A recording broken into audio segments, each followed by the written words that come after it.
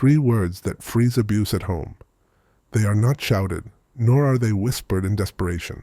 Instead, they are embedded within a quiet gesture, a deliberate act so potent that the deed speaks louder, with an undeniable resonance than any shout, any plea, or any argument could ever hope to achieve.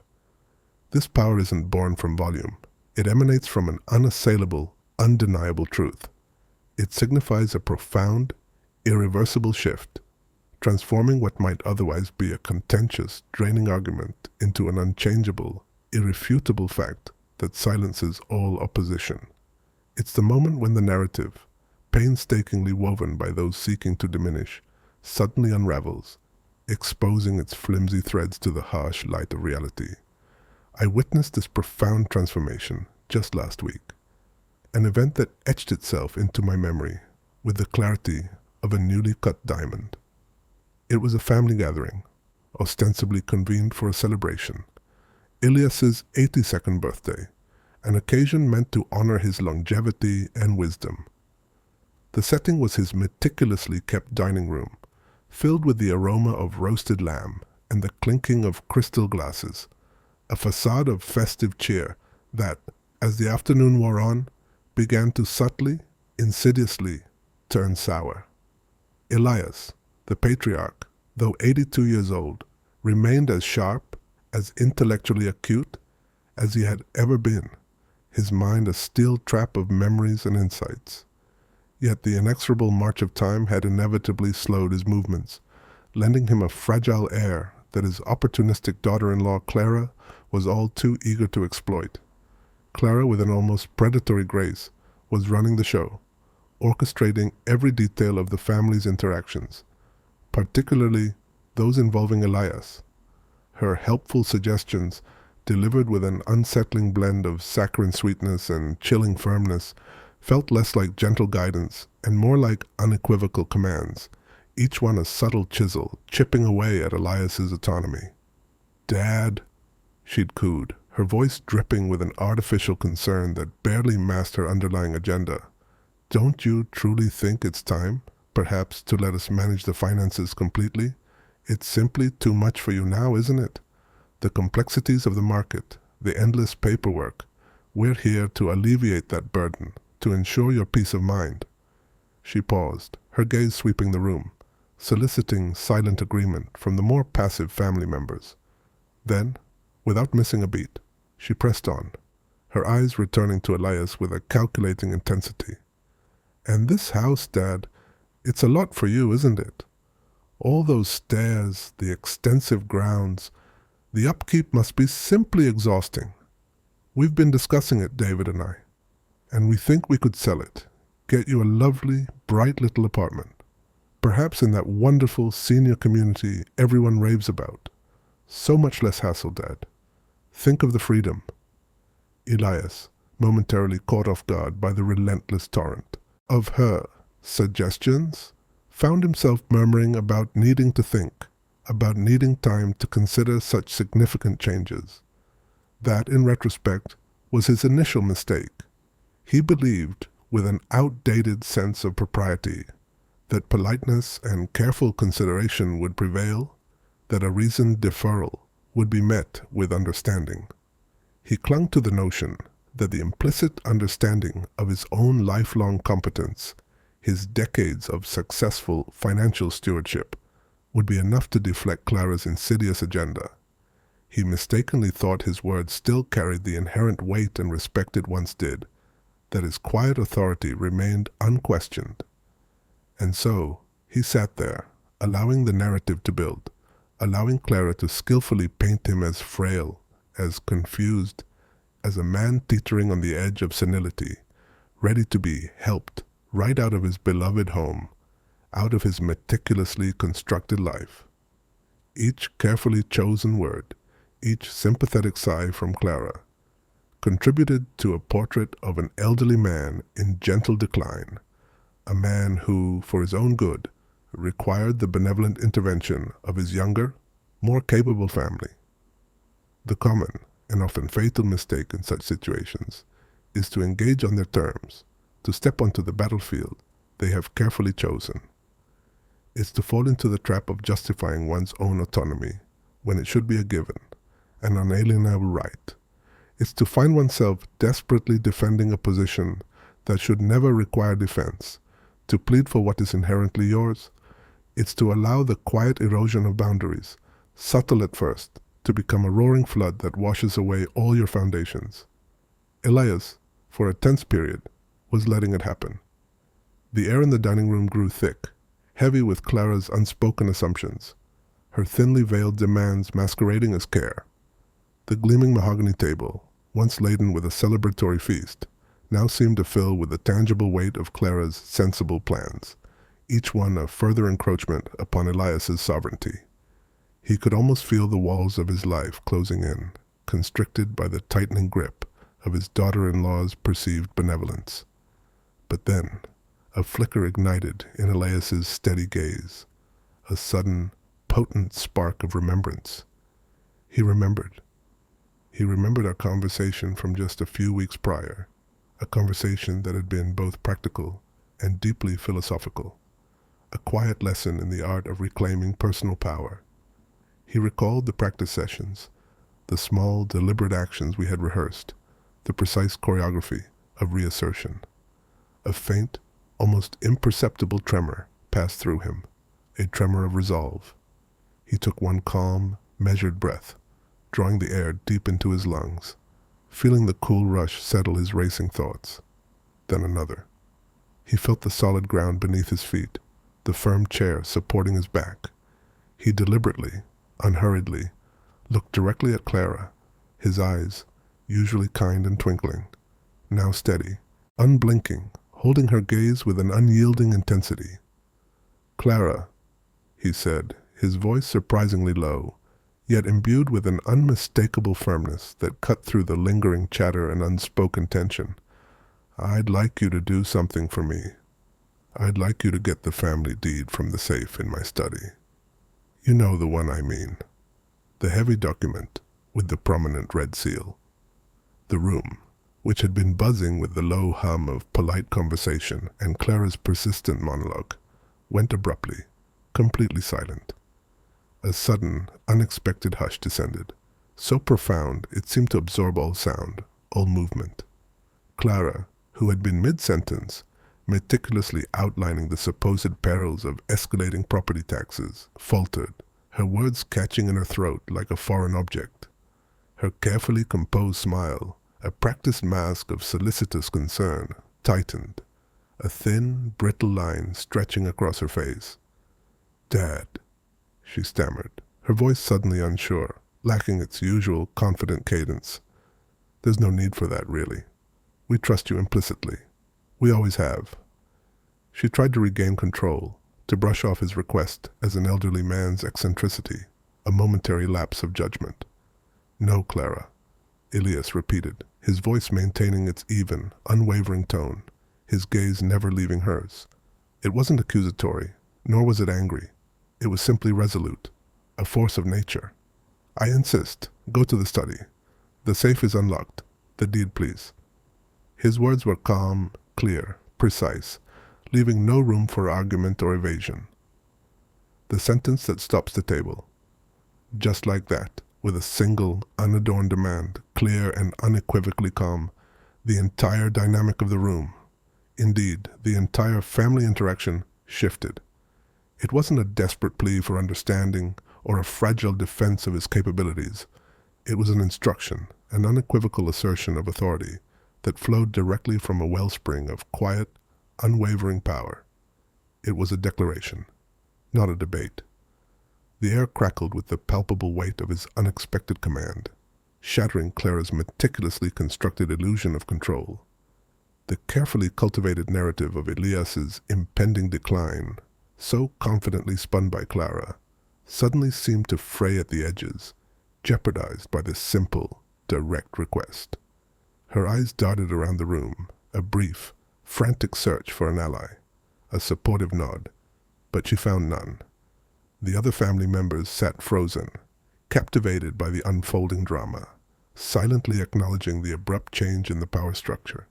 Clara hesitated, her initial annoyance warring with a dawning sense of unease.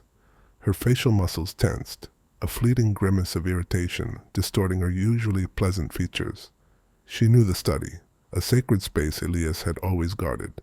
She knew the safe, a heavy, old-fashioned vault hidden behind a revolving bookshelf.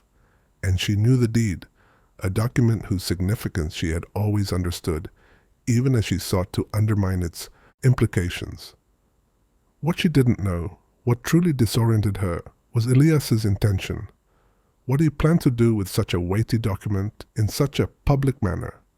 She had always thought of it as merely a symbol, a formality, a piece of parchment whose true power had somehow eroded with Elias's advancing age. She believed, with a profound and arrogant certainty, that the implicit understanding, the unspoken family creed that, of course, we're all family, we're just looking out for you, Dad, would cover everything, would seamlessly smooth over any lingering doubts about her motives. She was convinced that her well-rehearsed suggestions, delivered with such practiced earnestness, had already set the new, irreversible course for Elias's future. She thought, with an almost delusional conviction, that she was unequivocally in charge, the benevolent architect of his twilight years. But the unwavering gaze of Elias, the quiet authority in his voice, had begun to chip away at the conviction, exposing the fragility of her assumed power. With a final, almost imperceptible sigh of resignation, a silent acknowledgement of the battle lost, for now, she pushed back her chair and went, her retreating figure a rigid mask of barely suppressed annoyance. She returned moments later, the heavy, official-looking envelope clutched almost aggressively in her hand, its distinctive red seal catching the afternoon light, a beacon of undeniable importance. She placed it on the gleaming dining table, not gently, but with a little too much force, the sound a sharp, unwelcome punctuation mark in the lingering silence. "Here, Dad," she said, her voice laced with a thinly veiled impatience, a hint of defiance. "Happy now?" The question was rhetorical, brimming with an ill-concealed bitterness that betrayed her true feelings. Elias, with an unhurried, almost ceremonial grace, picked up the envelope. He didn't tear it open immediately, didn't rush to reveal its contents. Instead, he held it, turning it over in his hands, allowing its weight, its official appearance, its undeniable presence to register with everyone at the table. He gave them time, a quiet moment for contemplation and dawning realization.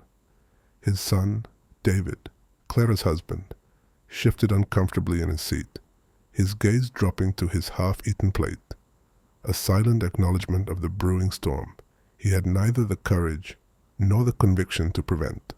His grandchildren, usually absorbed in their phones or their own youthful chatter, looked up, their faces a mixture of curiosity and a nascent understanding. They had, of course, heard whispers, hushed conversations about Grandpa's situation, vague allusions to his supposed need for support and management. But they had never, in their wildest imaginings, seen this side of their usually gentle, unassuming grandfather, this quiet, resolute figure of unyielding authority. The atmosphere, once heavy with Clara's assumptions, now vibrated with a potent, unspoken question. What would Elias do? Big assets, bigger dignity. This wasn't merely a piece of paper, a mundane legal document. It was the tangible, physical representation of Elias's entire life. It embodied his decades of relentless hard work, the countless sacrifices made, the shrewd decisions that had built his legacy. It was the irrefutable truth behind the polite fictions, the convenient narratives, and the thinly veiled manipulations. It was the heart of his sovereignty, the very foundation of his life's unwavering principles. The weight of that envelope in Elias's hands seemed to grow, imbued with the power of history, effort, and an unshakable sense of self-worth that Clara, in her ambition, had entirely underestimated. It was a testament to a life lived with integrity, a silent rebuke to the insidious designs against him. "Clara," Elias began, his voice still low, still calm, yet now infused with an undercurrent of steel, his gaze sweeping slowly across the table, making deliberate, unwavering eye contact with each person present. He ensured that every individual in the room, from his son to his youngest grandchild, felt the weight of his words, the directness of his address. "You've been remarkably vocal this afternoon about my supposed need for help with the house. You've offered numerous suggestions, ranging from selling it outright to moving me into a more manageable apartment. And of course, your generous offers to take over the complete management of my finances. All very kind.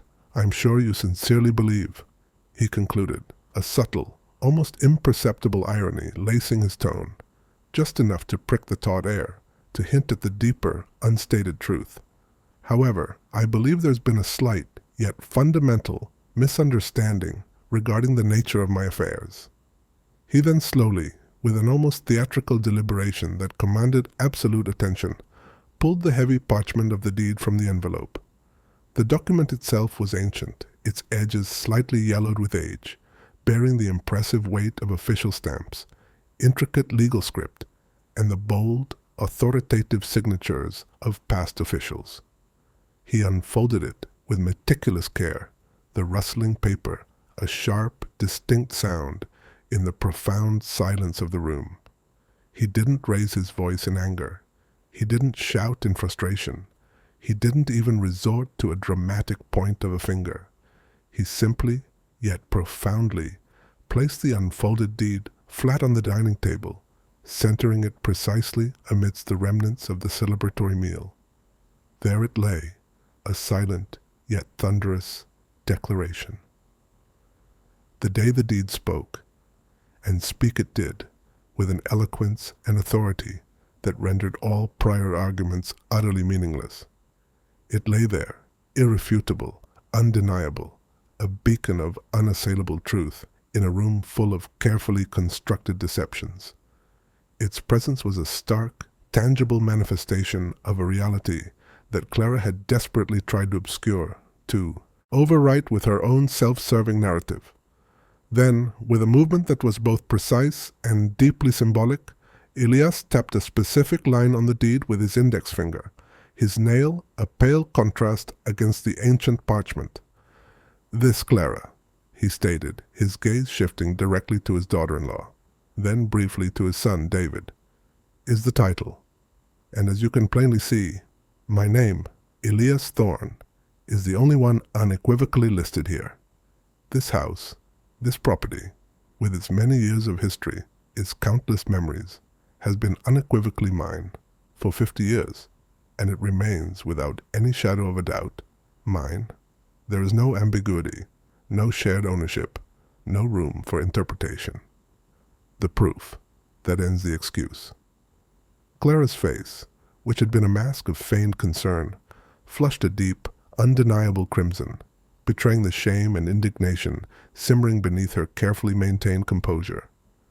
David, her husband, seemed to shrink further into his chair, his eyes fixed resolutely on his plate, a silent, uncomfortable witness to his father's dismantling of his wife's schemes.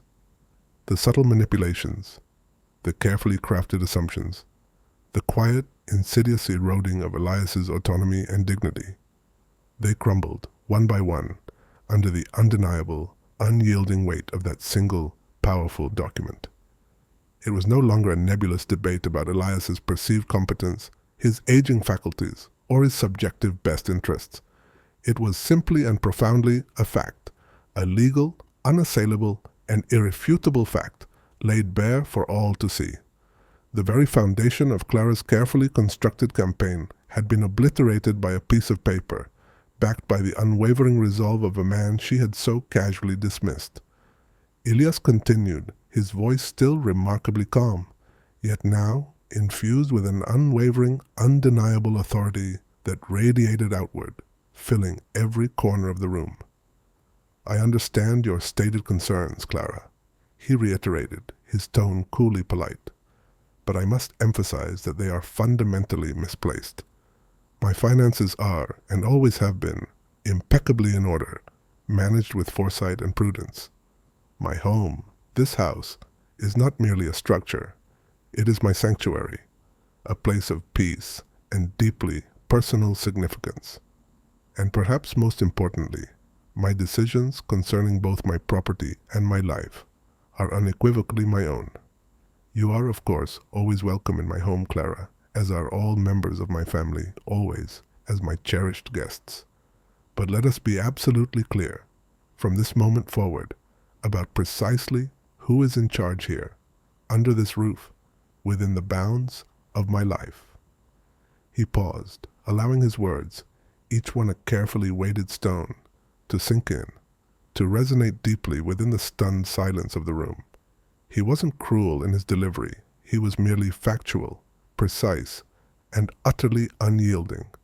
He wasn't consumed by anger. He was simply, unequivocally firm, his posture radiating a quiet, indomitable strength. This was not a moment of volatile confrontation, a heated exchange of insults. It was rather a profound moment of absolute clarification, a definitive re-establishment of boundaries and authority. The power had irrevocably shifted, like the tides turning, leaving Clara stranded on a barren shore. Silence is evidence. The quiet that followed Elias's declaration was profound, a tangible entity in the suddenly chilled air. It didn't just fill the room. It resonated, thrummed with unspoken truths. It spoke volumes, eloquently articulating the uncomfortable, brutal truth that Clara and, by extension, David, had been attempting to subtly, insidiously, divest Elias of his hard-earned assets and his fundamental autonomy, all under the thinly veiled guise of selfless care and concern.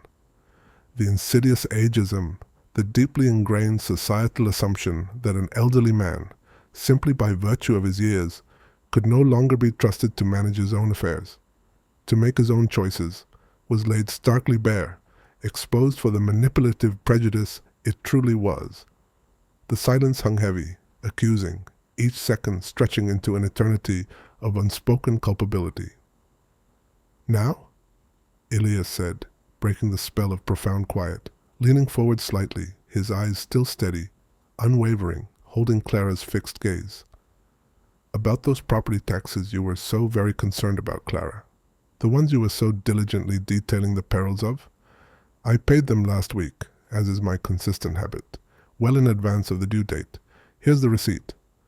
With a flourish that was both practiced and subtly defiant, he pulled a small folded document from his shirt pocket, placing it neatly beside the deed, another irrefutable piece of evidence. "And my financial advisor, a man I have worked with for over 2 decades, sends his regards. We had our quarterly meeting yesterday, a comprehensive review of all my investments and accounts. Everything is meticulously secure, precisely as it should be, and has been for many years.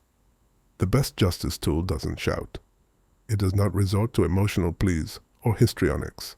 Instead, it calmly, precisely, presents the undeniable facts.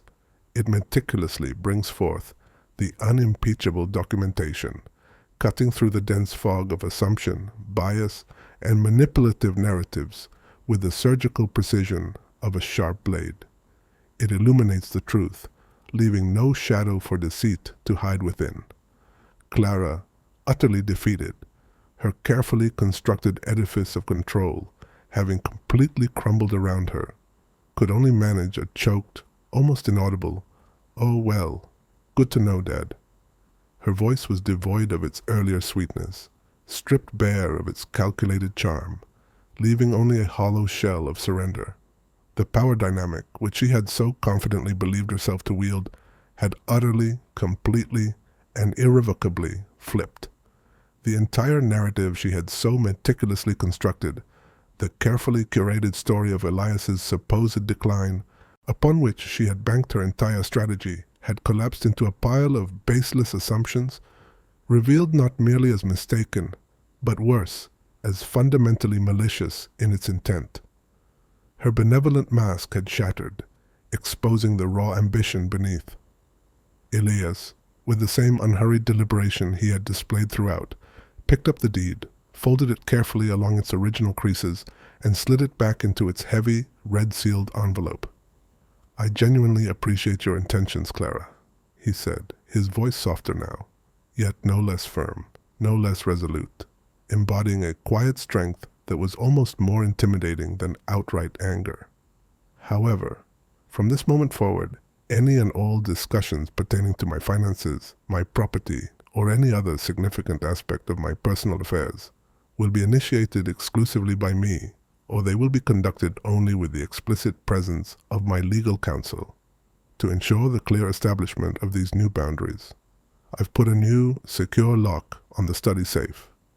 And the key, Clara," he concluded, his gaze steady, direct, "will remain, unequivocally, with me." A key, catching the faint glint of the afternoon sun, an almost imperceptible flash of polished metal in Elias's hand as he slowly, deliberately slipped it into his pocket. That small, seemingly insignificant detail, the new lock, the possessive glint of the key, signaled not merely a boundary, but a definitive, unbreachable barrier, a clear and undeniable consequence for future transgressions. The era of casual access, of unspoken assumptions, of thinly veiled appropriations, was over, irrevocably so. The implicit contract, the unwritten understanding that had governed their family interactions, had been unilaterally and fundamentally rewritten. Clara's contract of convenience, predicated on Elias's perceived vulnerability, was cancelled, its terms null and void.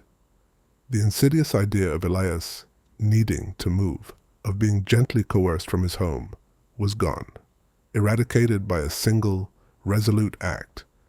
He had not only triumphantly kept his cherished home, but he had also, with remarkable grace and unwavering resolve, reasserted his fundamental authority, his undeniable dignity, and his absolute right to self-determination.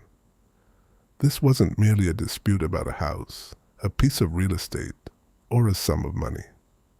This was a profound assertion of respect, an undeniable reclaiming of agency, a steadfast declaration of the inherent right to self-determination at any age, regardless of the preconceived notions or manipulative intentions of others.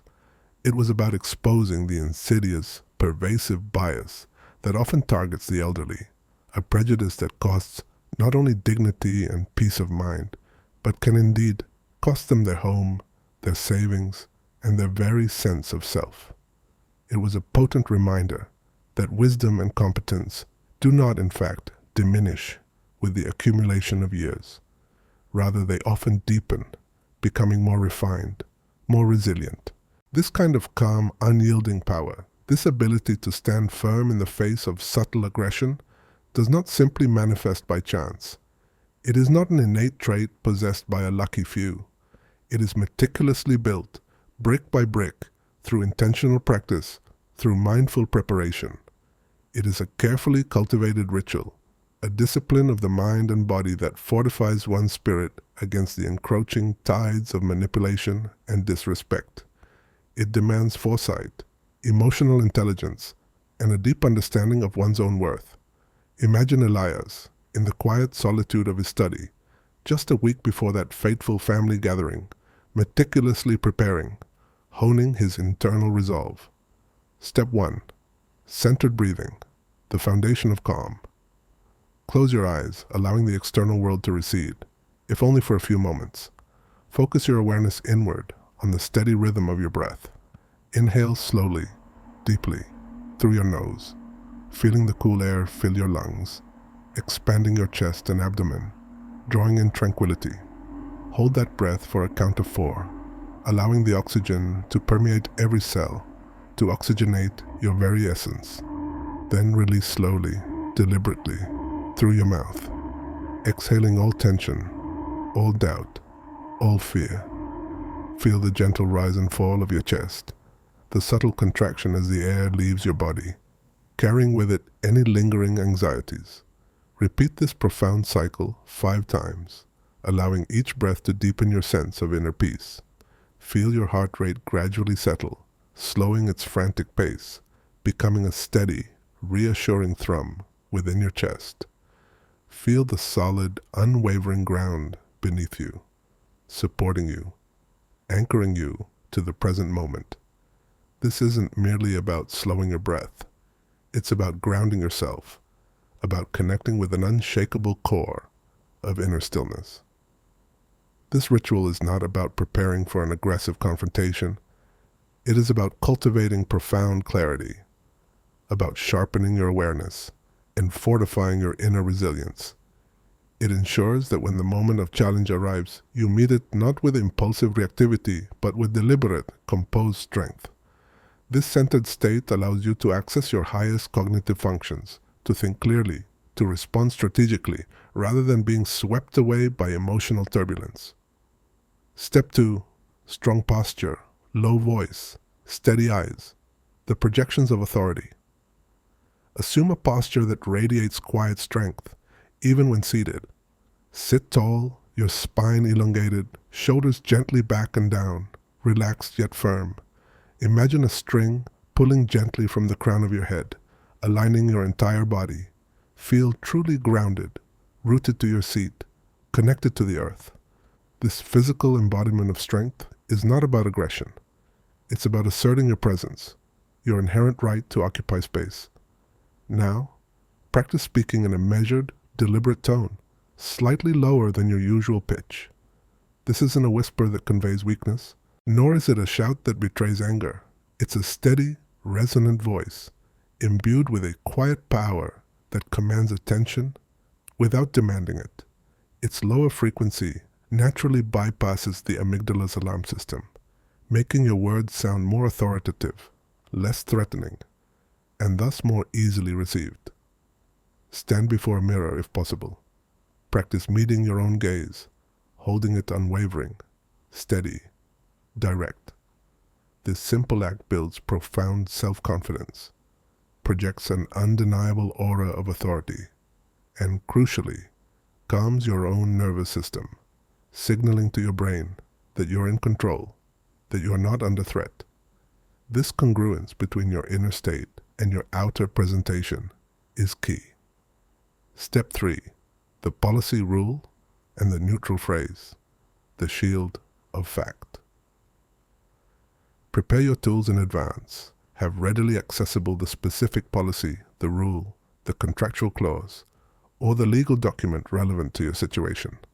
This might be a note on your phone, a small laminated card in your pocket, or a carefully bookmarked page in a physical document. For Elias, it was the family deed, an unassailable record of ownership. For others, it might be a company's anti-harassment policy number, a specific bylaw from a condo association, a clause within an employment contract, or a regulation from a governmental agency. Knowing the exact text, the specific article, the precise wording, removes any room for ambiguity or manipulative interpretation. And critically, practice the neutral phrase.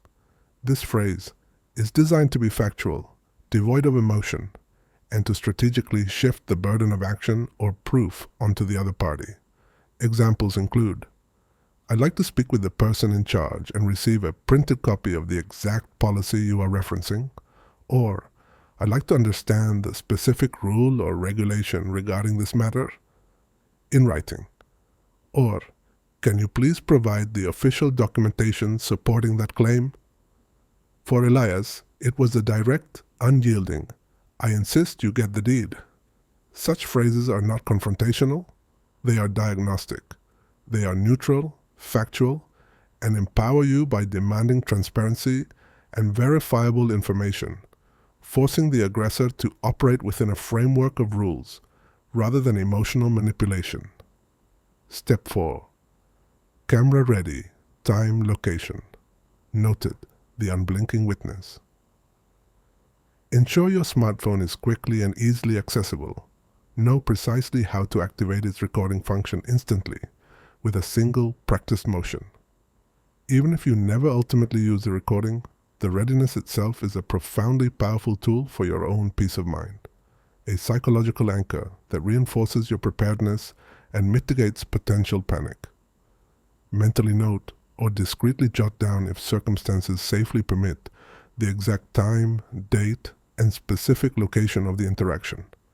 These details are not trivial. They are critical metadata, lending undeniable credibility to any evidence you might gather. Remember, allies change outcomes.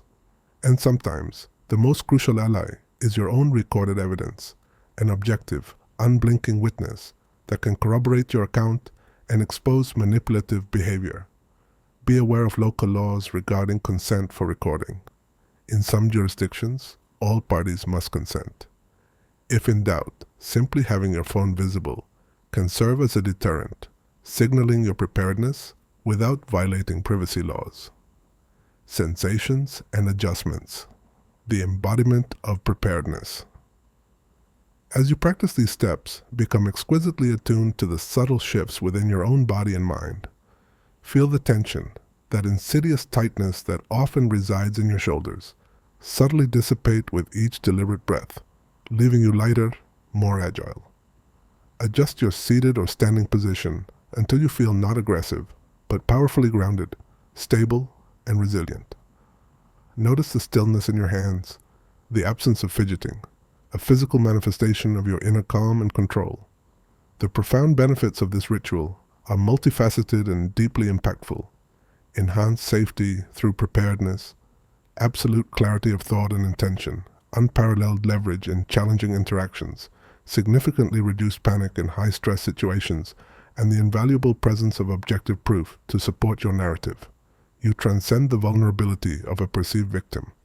You transform into an empowered rights holder, equipped with both inner fortitude and tangible evidence. You are prepared not merely to react, but to assert, to protect, and to reclaim. Remember, above all else, your physical safety is paramount. Ilyas had the immense benefit of his own home, the immediate presence of his family, and a situation that, while emotionally abusive and deeply manipulative, did not pose an immediate physical threat. It is crucial to respect your own limits, to understand the critical distinction between emotional courage and reckless endangerment. If there is any credible risk of physical confrontation, of bodily harm, prioritize your safety above absolutely everything else. Do not, under any circumstances, engage directly with a physically aggressive individual. In such dire scenarios, your course of action shifts dramatically. Document from a safe distance, if possible, then immediately escalate the matter via formal professional channels.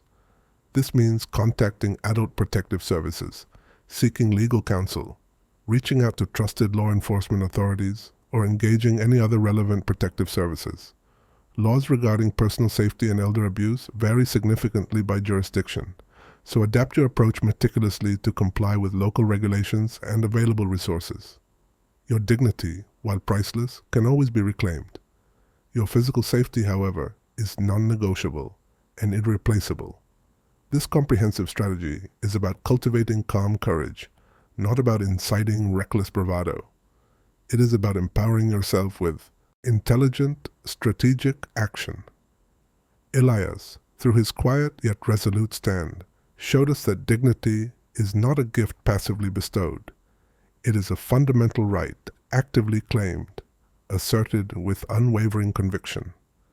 Justice is not a fortunate accident, a random occurrence. It is the deliberate, often arduous result of meticulous preparation, unwavering resolve, and profound, calm courage. The pervasive bias, the insidious prejudice that so often attempts to cost you your house, your life savings, your very self, your inherent worth, can be met and indeed defeated with undeniable proof, with irrefutable documentation, and with the unwavering power of truth. It's not merely about one specific deed, one piece of parchment. It's about the timeless, universal principle that competence, self-worth, and the fundamental right to self-determination do not and should never diminish with the accumulation of age. They are inherent, enduring, and sacrosanct. So reflect on your own life, your own circumstances. What's your deed? What specific, undeniable policy, rule, or piece of evidence holds the key to your autonomy? What truth, once revealed, will shatter the narratives of those who seek to diminish you? Today, I challenge you to choose one definitive action, one small but significant step towards reclaiming your power and asserting your boundaries. Take the time to identify and save the precise policy numbers, the relevant contact names, or the exact sections from your rulebook, contract, or legal document that are most pertinent to your current situation. Store this vital information securely in a dedicated note on your phone, making it instantly accessible when needed. This is your personal arsenal of facts. Set a recording shortcut on your phone. Practice activating it swiftly and discreetly, in 2 seconds or less, ensuring you are prepared to document any critical interaction without hesitation.